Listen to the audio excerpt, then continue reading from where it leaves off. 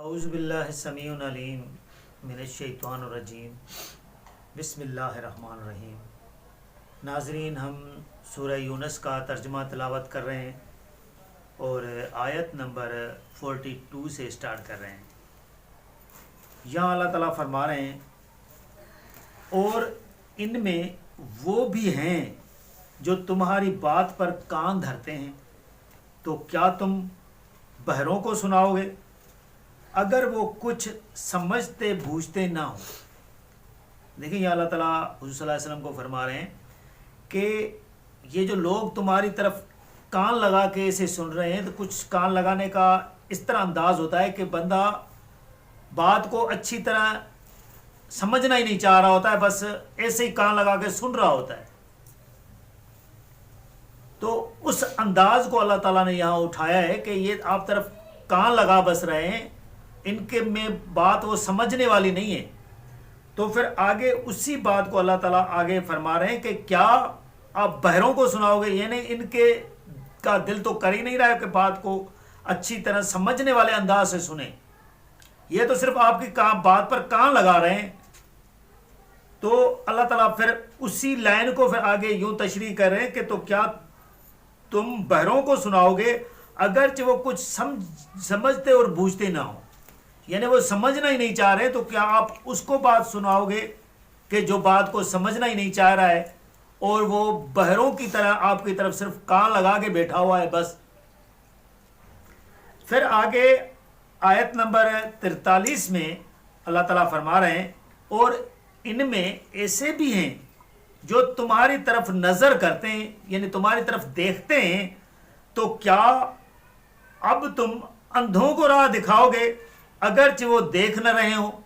یعنی پھر وہی انداز ہے، اللہ تعالیٰ صلی اللہ علیہ وسلم کو فرما رہے ہیں کہ یہ تمہاری طرف صرف ٹکا کے آنکھ دیکھ رہے ہیں، کہ جیسے بندہ کوئی بات کر رہا ہو نا تو اس کی طرف ایسے دیکھ رہا ہوتا ہے کہ جس طرح وہ کسی نے عجیب کوئی بات کر لی ہو، جس طرح ایک پاگل بندہ نہیں دیکھ رہا ہوتا ہے کہ بات کو اس کو سمجھ نہیں آ رہی ہوتی ہو، اس طرح حضور صلی اللہ علیہ وسلم کی بات کو لوگ دیکھ رہے ہوتے تھے کہ یہ کہہ کیا رہا ہے۔ تو اللہ تعالیٰ فرما رہے ہیں کہ یہ جو لوگ اس طرح دیکھ رہے ہیں نا، یہ اندھے ہیں۔ تو اللہ تعالیٰ پھر فرما رہے ہیں کہ کیا تم اندھوں کو راہ دکھاؤ گے اگرچہ وہ کچھ دیکھ نہ رہے ہو، یعنی ان کے بات کوئی سمجھ میں نہیں آ رہی ہو، تو کیا اس بندے کو جو اندھے کی طرح تمہاری طرف دیکھ رہا ہے اس کو کیا کیسی راہ دکھاؤ گے، اس کو کیا سمجھاؤ گے آپ۔ پھر آیت نمبر 44 میں اللہ تعالیٰ فرما رہے ہیں کہ اللہ لوگوں پر ذرا بھی ظلم نہیں کرتا، بلکہ لوگ خود ہی اپنی جانوں پر ظلم ڈھاتے ہیں۔ یعنی اللہ تعالیٰ فرما رہے ہیں کہ اللہ تعالیٰ ایسا نہیں کہ لوگوں پر ظلم کرے، یعنی کسی کا قصور ہونا اور اس پر اس کو سزا دے دے، لوگ خود ہی ایسا کام کر رہے ہوتے ہیں۔ اور یہ حقیقت ہے کہ جو بھی انسان کام یہاں کر رہا ہوتا ہے دنیا کے اندر، دنیا کا بھی اللہ تعالیٰ نے قانون یہی رکھا ہے، چاہے وہ ہندو ہو، عیسائی ہو، مسلم ہو، یہودی ہو، دہریہ ہو جو اللہ کو نہیں بھی مان رہا ہے، وہ بندہ خود اپنا ایسا کام کرتا ہے اور اس کے جوابی موٹ میں اس کو جو ہے وہ نقصان ملتا ہے۔ جب اس کو نقصان ملتا ہے پھر اللہ کی طرف رجوع کر لیتا ہے اور کہتا ہے کہ یا اللہ اب تو بچا لے۔ تو اسی کا یہ اللہ تعالیٰ یہاں بتا رہے ہیں کہ لوگوں پر اللہ ظلم نہیں کرتا، لوگ خود ہی اپنی جانوں پر ظلم کرتے ہیں۔ پھر آگے آیت نمبر 45 میں اللہ تعالیٰ فرما رہے ہیں اور جس دن اللہ ان کو اکٹھا کرے گا، گویا بس وہ ایک دن گھڑی رہے، وہ آپس میں ایک دوسرے کو پہچانتے ہوں گے۔ نام مراد ہوئے وہ لوگ جنہوں نے اللہ کی ملاقات کو جھٹلایا اور ہدایت حاصل کرنے والے نہ بنے۔ یعنی پھر اللہ تعالیٰ آیت نمبر 45 میں بتا رہے ہیں کہ جب قیامت کا دن ہوگا، اللہ تعالیٰ سب کو اکٹھا کرے گا، تو وہ ایسا محسوس کریں گے کہ جیسے وہ دنیا میں ایک گھڑی رہے تھے، بس جیسے جو پلک جھپکتے گزر گئی۔ دیکھیں یہاں بھی انسان جمتا ہے، بچپنا گزر جاتا ہے، پھر جوانی گزر جاتی ہے، بڑھاپا ہو جاتا ہے، پتہ چلتا ہے کہ یار وہ بندہ تو مر گیا۔ ایسا محسوس ہوتا ہے جیسے وہ کل پیدا ہوا تھا آج مر گیا۔ تو لازماً ہے کہ جب وہ قیامت کا دن آئے گا، جب وہ دن پہنچے گا تو ایسا لگے گا جیسے ہم دنیا میں تو تھوڑا عرصہ ہی رہے تھے. وہی اللہ تعالیٰ ان کی تشریح کر کے بتا رہے ہیں کہ ان کو ایسا محسوس ہوگا جیسے وہ دنیا میں ایک گھڑی رہے تھے، اور یہ ایک دوسرے کو پہچان رہے ہوں گے.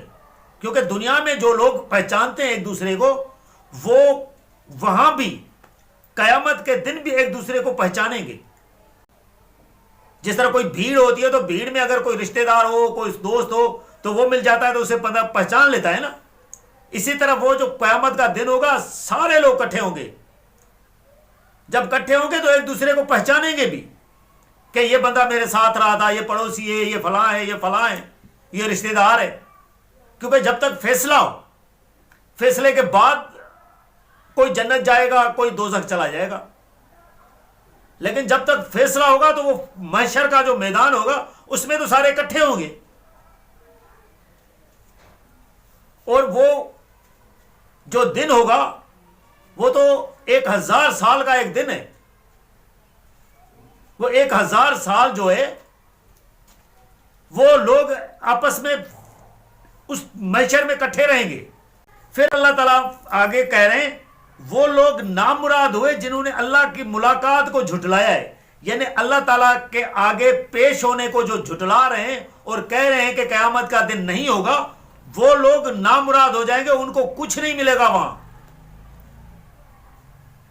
اور اللہ کی ہدایت حاصل کرنے والے نہ بنے. یعنی اللہ تعالیٰ نے جو قرآن شریف میں جو احکامات بتائیں، جو حقیقتیں واضح کی ہیں اور جو کام کرنے کے لیے کہے ہیں، وہ جس نے نہیں کیے، اللہ تعالیٰ فرما رہے ہیں کہ وہ ہدایت حاصل کرنے والے نہ بنے پھر. کیونکہ وہ جس نے اپنی مرضی کے کام نکالے، چاہے وہ 30 نکالے، 40واں نکالے، عرصے نکالتا پھرے، وہ اللہ تعالیٰ نے تو بتائے نہیں ہے. آپ اگر وہ کام اللہ کی رضا کی خاطر اللہ کا سمجھ کے کر رہے ہو تو آپ غلط ہو. آپ وہ کام کرو جو اللہ نے بتائے. پھر اگر آپ ہدایت والے نہیں بنتے ہو تو آپ کو ٹھینگا ملنا ہے. پھر انہی کا اللہ تعالیٰ بتا رہے ہیں کہ وہ جس نے ہدایت حاصل کرنے والے نہیں بنے اور قیامت کے دن کو جھٹلایا ہے، وہ لوگ نامراد ہوئے، ان کو کچھ نہیں ملنا. آگے آیت نمبر 46 میں اللہ تعالیٰ سورہ یونس میں بتا رہے ہیں، یا ہم تم کو اس کا کوئی حصہ دکھا دیں جس کا ان سے وعدہ کر رہے ہیں، یا تمہیں مار دیں، بس ان کی واپسی ہماری طرف ہوگی، پھر اللہ گواہ ہے اس چیز پر جو وہ کر رہے ہیں. یعنی 46 آیت میں اللہ تعالیٰ فرما رہے ہیں کہ جس عذاب کا ہم تم سے وعدہ کر رہے ہیں کہ اگر انہوں نے تمہیں جھٹلایا تو ان پر عذاب آئے گا، وہ ہم تمہاری زندگی میں تمہیں دکھا دیں، یا تیری زندگی کے جو دن ہیں وہ پورے ہو جائیں اور ہم تمہیں مار دیں، وفات دے دیں، اور بعد میں ہم ان سے نپٹ لیں. یہ اللہ تعالیٰ کی مرضی ہے. جس طرح حضرت عیسیٰ علیہ السلام کو مار کر اٹھا لیا اور بعد میں بنی اسرائیل کے ساتھ اللہ تعالیٰ نپٹے. اللہ تعالیٰ کی ذات نپٹ سکتی ہے. رسول کا کام ہوتا ہے صرف سمجھانا. اللہ تعالیٰ کی ذات کیا نہیں نپٹ سکتی؟ حضور صلی اللہ علیہ وسلم کے بعد سے لے کر اب تک کوئی رسول نہیں آیا. 1400 سال گزر گئے. کیا اللہ تعالیٰ کائنات کو نہیں چلا رہا؟ رسول آئے گا وہ کائنات کو چلائے گا کیا؟ رسول کا کام ہوتا ہے صرف سمجھانا، ڈرانا. جو اللہ تعالیٰ نے قرآن شریف میں بتا دیا ہے. ہر بندے کے پاس یہ کتاب ہے. جس کی مرضی ہے ہدایت لے، جس کی مرضی ہے ہدایت نہ لے. اس پر اللہ تعالیٰ کا کوئی زور زبردستی نہیں ہے. قیامت کے دن ہوگا وہ خود بخود بھگتے گا. کسی پر کوئی ذمہ داری نہیں ہے. ہم پر بھی کوئی ذمہ داری نہیں ہے. ہم صرف یہ کہہ رہے ہیں کہ جو قرآن ہمیں بتا رہا ہے، جو ہم نے سمجھا ہے، وہ ہم آپ کو سمجھائیں بس. باقی آپ کا ہاتھ پکڑ کے کسی نے نہیں کروانا. مرضی آپ مانے، مرضی ہے اس سچ کو آپ جھٹلا دیں. اور ہم آپ کو یہ بھی نہیں بتا رہے ہیں کہ آپ پر عذاب آئے گا. یہ بھی اللہ کی مرضی ہے. کیونکہ ہم رسول تھوڑی ہیں کہ ہم اس کی جو ہے وہ آپ کو جو دھمکیاں دیتے رہیں گے. وہ دھمکیاں ہم آپ کو سنا رہے ہیں جو اللہ تعالیٰ نے قرآن میں دی ہیں. ہم اپنی طرف سے کوئی آپ کو دھمکی نہیں دے رہے، کیونکہ ہم کوئی رسالت کا دعویٰ تھوڑی کر رہے ہیں، ہمارا کام ہی نہیں بنتا یہ۔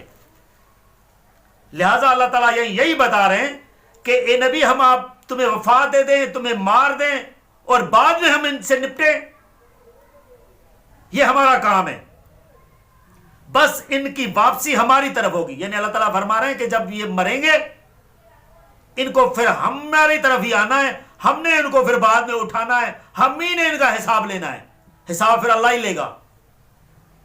پھر اللہ تعالیٰ کہہ رہے ہیں پھر اللہ گواہ ہے اس چیز پر جو وہ کر رہے ہیں۔ دیکھیں اللہ تعالیٰ کو کسی کی گواہی کی ضرورت ہی نہیں ہے، جس طرح آپ کہہ رہے ہیں نا کہ یہ شفارشی کی بھی گواہی کی ضرورت نہیں ہے، اللہ ہی گواہ ہے۔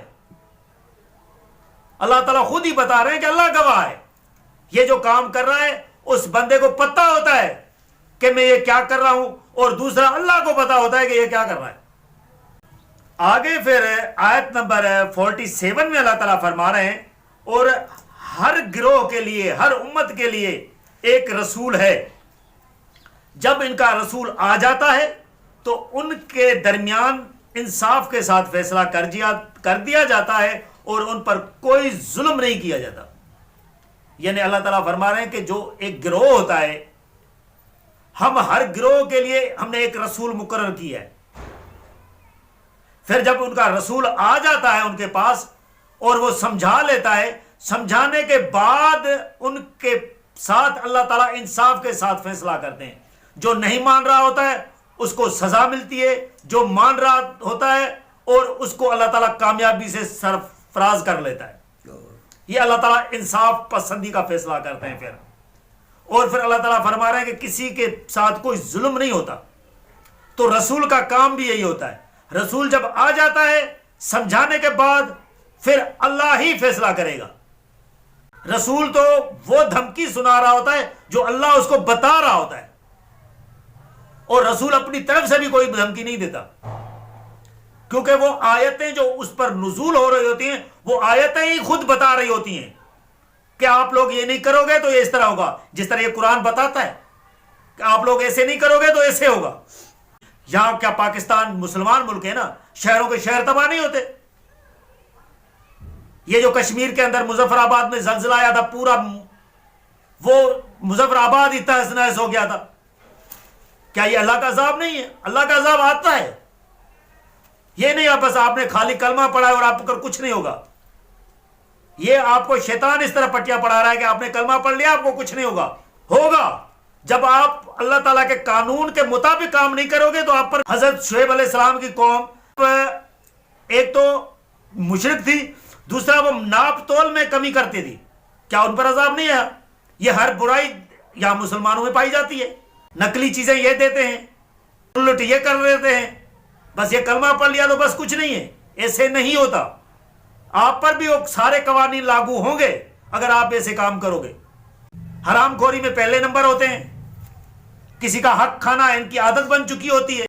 تو لہٰذا ناظرین، ہم سورہ یونس کی 47 آیت پہ یہ ویڈیو کنکلوڈ کر رہے ہیں۔ آگے 48 میں 8 سے اللہ تعالیٰ سورہ یونس میں کیا بتا رہے ہیں ہم آپ کو اگلی ویڈیو میں بتائیں گے۔ جزاک اللہ۔